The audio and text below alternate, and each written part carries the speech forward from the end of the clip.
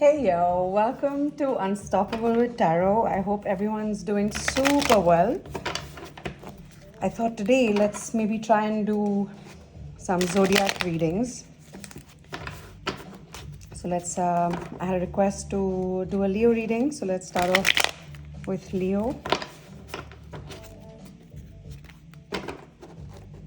I hope everyone's having a super start to 2026.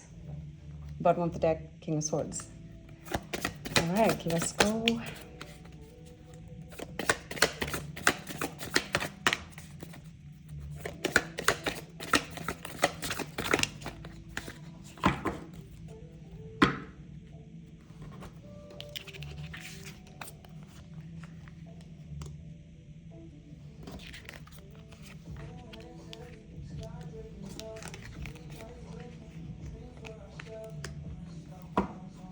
I might do two more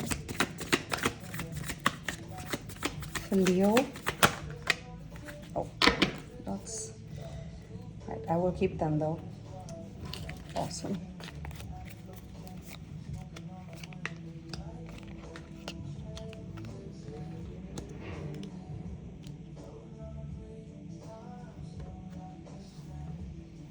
All right, Leo. It seems like we're coming out of a phase of not feeling particularly confident. To me, the Six of Wands in reverse is just feeling a general lack of confidence or not feeling like you're ready to go for what you want to go for, right? And also having lots of worried thoughts about that. And coming out of a space of feeling not healed, not tended to, just feeling a little bit isolated and feeling a little bit disconnected from your intuition, from the universe, from the higher, from your higher self, from source, whatever you like to consider the higher power to be. So just feeling a sense of slight disconnect, a lack of confidence. But then you see it's going into the Ace of Wands, which to me is a great sign of starting new things with a lot of passion, with a lot of gusto, just making sure that all your ideas find ways to come into the 3D, right? Just assimilating all these ideas, working through plans on how to execute them, and just being very, just coming from a place of a lot of fire and passion, right? And I think when ideas have a lot of passion, it's kind of hard, it becomes easier to work on them. It can be harder in terms of, since it's come out with the Two of Cups in reverse, it could be that you're coming out of a space of feeling unloved, or a certain love relationship did not work out, or did not go the way you wanted it to, or the way that you thought it would. But that seems to be changing as well. So you have like a new influx of ideas, lots of passionate ideas that you want to put into practice. And it's the end of a cycle of feeling all these negative emotions where you felt out of control of certain aspects of your life. You seem to be taking that back into your hands. You seem to be turning the wheel yourself. So whatever was stagnant, you're injecting it with new ideas, you're injecting it with a lot of new passion, and also bringing back something from the past. So you might have worked on something from your younger years, or you might have wanted something from when you were a kid.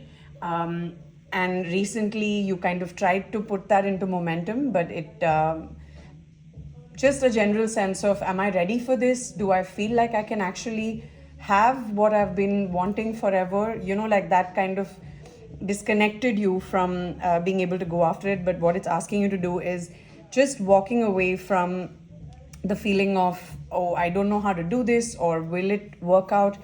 It's just asking you to go for it. Take matters into your own hands, and execute in a way that allows you to bring all of your childhood aspirations, like that inner child, reviving that inner child, nourishing that inner child, thinking about who you were, and allowing that bubble to become your your strength, right? Allowing that inner child to guide you now, and walking away from all these feelings of dejection, of not feeling confident, and realizing that as long as you put one foot in front of the other, that's all that matters, right?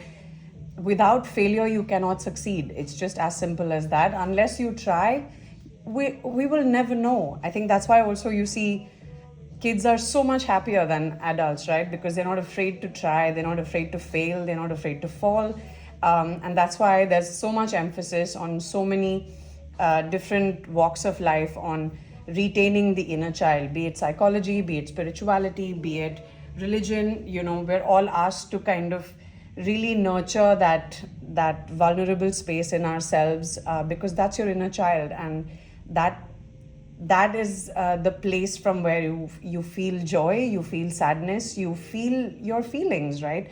And I think as we start to grow older, we're taught to lessen the amount we feel our feelings, or to kind of get on with it, and have, and even if you don't want to, sometimes adult lives are just so busy that you do not have the space to kind of rejig your patterns and stuff like that. So you're being asked to take a moment and just nurture that inner child in you, because that's where all the passion sits, that's where all the excitement sits, right? And when you do anything with excitement, the outcome does not matter, because you have given it your heart, you've tried something, and that's what matters, right? And that can be clearly seen in the Empress at the bottom of the deck, which means you have everything at your disposal, and you can create the world, right? So you have everything going for you right now.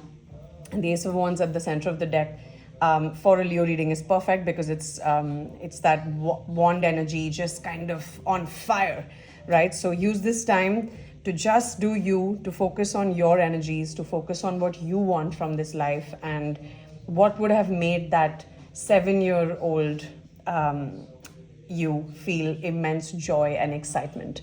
So try and find time, try and find space in your day, over the weekend, however you can fit it into your schedule, but find time to nurture that 7-year-old, to parent that 7-year-old, to do things that would excite that 7-year-old, right? And then do those things, right? So yeah, this is a great reading. You're leaving all of this murky energy in the past, and igniting the fire for something that you've wanted forever. And this is the time, because Empress mode is just the energy of all creation combined into one person, right? It's the encapsulation and embodiment of all of the suits, all of the elements. So you have everything you need, and this is your time. So go for it. You got this, and I got you. Also, I've promised myself to post a video every day, so I would really appreciate it if you join this new channel, and this way we can catch up every day, and I hope to see you in the next one.